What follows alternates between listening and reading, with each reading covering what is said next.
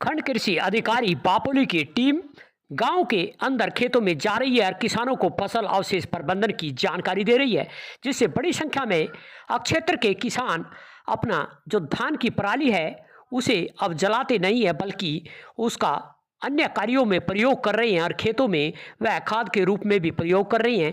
इस दौरान कृषि विकास अधिकारी बापोली के जो खंड विकास अधिकारी है यहाँ पर ब्लॉक कृषि अधिकारी सतीश कुमार, साथ ही संदीप व साथ ही सुरेंद्र कुमार सहित अनेक यहाँ पर जो सुपरवाइजर है उन सभी के साथ लेकर खेतों में जाते हैं और लगातार सोनोली बापोली क्षेत्र के किसानों को गांव में जाकर उन्हें जानकारी तो दे रहे हैं, साथ ही खेतों में जाकर जो धान की पराली है उस पर विस्तार से समझाया जा रहा है कि जो फसल अवशेष है इसका प्रबंधन करें और किस तरह वह पराली ना जलाएं। पराली जलाने से भूमि की जो उर्वरा शक्ति है उसमें कमी आती है।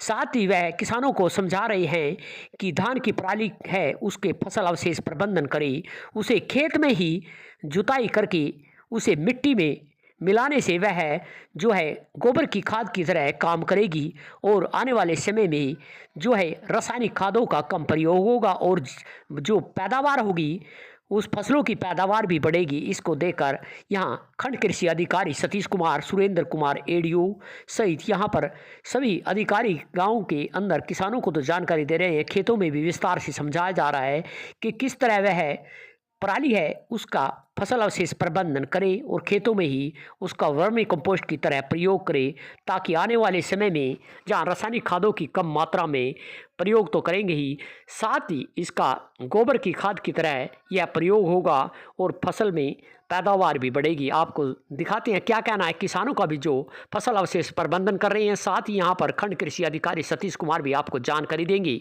यमुना भारत न्यूज़ के लिए उमेश त्यागी की रिपोर्ट।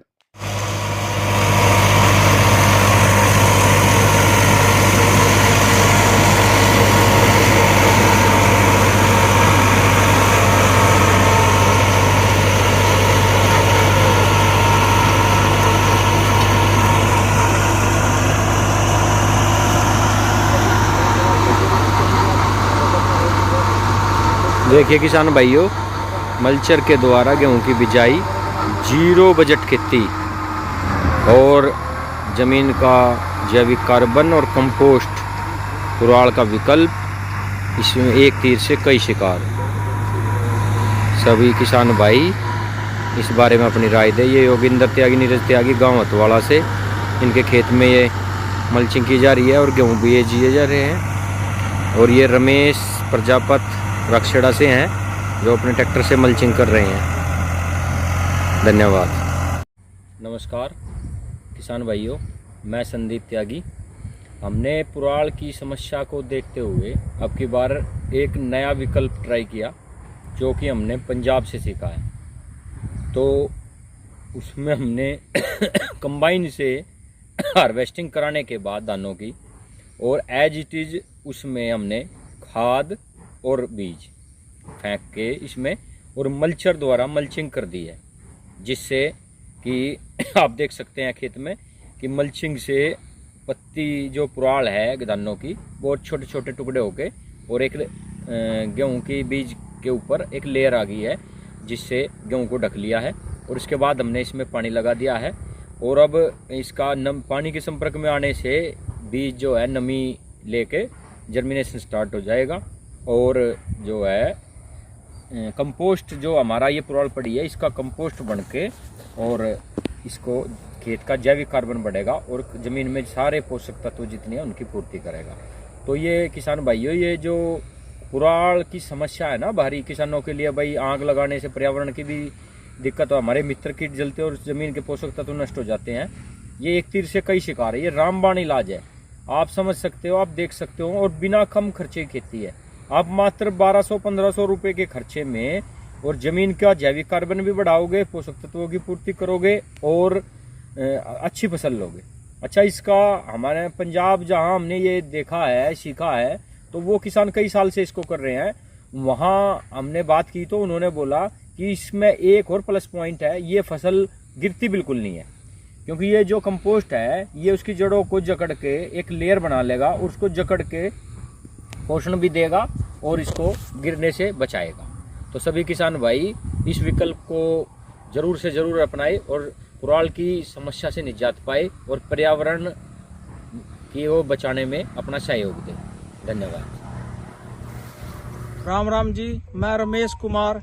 मैंने 2 साल से धानों के जो फाने बच जाते हैं उनके लिए प्रबंधन किया है। बगैर जलाए, बगैर खेत में से निकाले मैंने गेहूं की बिजाई की है, वो भी मल्चर के साथ। मैंने सबसे पहले धान कटवाए अपने कंबाइन के साथ। कंबाइन के बाद जो कंबाइन के फाने खड़े रहते हैं उनमें जैसे खड़े रह गए, उनमें ही मैंने 1 मन गेहूं और 1 DAP का कट्टा सीधा छट्टा मार के ऊपर से मैंने मल्चर फेरा। उसके बाद फिर मैंने अगले दिन इसमें हल्की सिंचाई करी और मेरी यह बिजाई 30 अक्टूबर की है और आज इसको लगभग 7-8 दिन हो गए हैं और गेहूं का कम से कम 90-95% जर्मिनेशन हो चुका है। फिर मैंने इसके लाभ, सबसे पहले जो पराली के अंदर किसानों के मित्र कीट होते हैं वे ऐसे के ऐसे इसके अंदर रह गए। जो उपजाऊ जमीन की जो ताकत थी वो भी इसके अंदर ऐसे की ऐसे रहेगी। जो हम जलाते हैं उससे हमारा जो वायु प्रदूषण है या हमारी जमीन की जो पोषक तत्व में खत्म हो जाते हैं, जो हमारे मित्र कीट हैं वो ऐसे कैसे रहते हैं। सबसे पहले इसमें मल्चर से सबसे पहले यही फायदा है कि जमीन को उपजाऊ शक्ति जैसे की जैसे बरकरार रहती है। इसमें कोई भी जमींदार का थोड़ा ही खर्चे में अच्छा लाभ मिलता है, ना गेहूं पड़ती है और बम्पर पैदावार निकलती है। धन्यवाद। कल्याण विभाग पानीपत में DDA साहब के आदेश अनुसार प्रत्येक गांव में विलेज लेवल एक टीम बनाई गई है। विलेज लेवल टीम में एग्रीकल्चर से है, पटवारी है, सेक्रेटरी है, जो पूरे गांव में जी उनको गांव दिए गए हैं वो उनको विजिलेंट करती हैं और गांव में जा जाकर किसानों को समझाती है कि कृपया पराली में आग ना लगाएं, उसकी बजाय उनको खेतों में मिट्टी में मिलाएं और या उनके गट्ठे बनाएं। इसके अतिरिक्त उनको गांव में मुनादी करा कर बताया जाता है कि आग ना लगाएं और इस तरीके से किसानों को फिर भी उसके बाद अगर कोई किसान इतना बताने के बावजूद भी अगर कोई आग लगाता है तो सैटेलाइट के द्वारा जब उसकी लोकेशन आ जाती है तो और हमारे कर्मचारी द्वारा जब वो पकड़ा जाता है तो उस पर FIR भी करवाई जाती है। FIR के साथ साथ फाइन भी भराया जाता है और उसके साथ साथ उसकी रेड एंट्री भी करी जाती है, जिसकी वजह से वो करीब 2 सीजन तक अपनी फसल की उपज नहीं बेच पाएगा। अपने यहाँ किस तरह के मामले, जैसे कितने किसान हैं जिन पर इस तरह फसल अवशेष जलाने पर कार्रवाई भी की गई है, ऐसा कोई? हमारे यहाँ उपग्रह से प्राप्त चित्र के अनुसार एक AFL आई है, एक्टिव फायर लोकेशन, जहाँ पे उसको चेक किया गया है तो वहाँ पे वो पाई गई है और उस पर फाइन भी लगाया गया, उस पर FIR भी कराई गई है और उसकी रेड एंट्री भी की है। तो किसानों को रिक्वेस्ट है कि कृपया वो आग ना लगाएं और अपनी जो फसल अवशेष है इनको मिट्टी में मिलाएं और फिर भी कोई बेलर की या किसी चीज़ की जरूरत है तो संबंधित कर्मचारी यहाँ BO कार्यालय में आके हमसे संपर्क करें, हम उनकी पुरजोर हेल्प करेंगे। फिलहाल सरकार ने भी दिशा निर्देश एक नए आए हैं कि जो अब पराली जलाएगा तो उसका दुगना जुर्माना और कार्रवाई की जाएगी, ऐसा क्या निर्देश मिले? निर्देश अभी तक नोटिफिकेशन नहीं आया, लेकिन जो जुर्माने का प्रावधान है वह डबल हो गया है।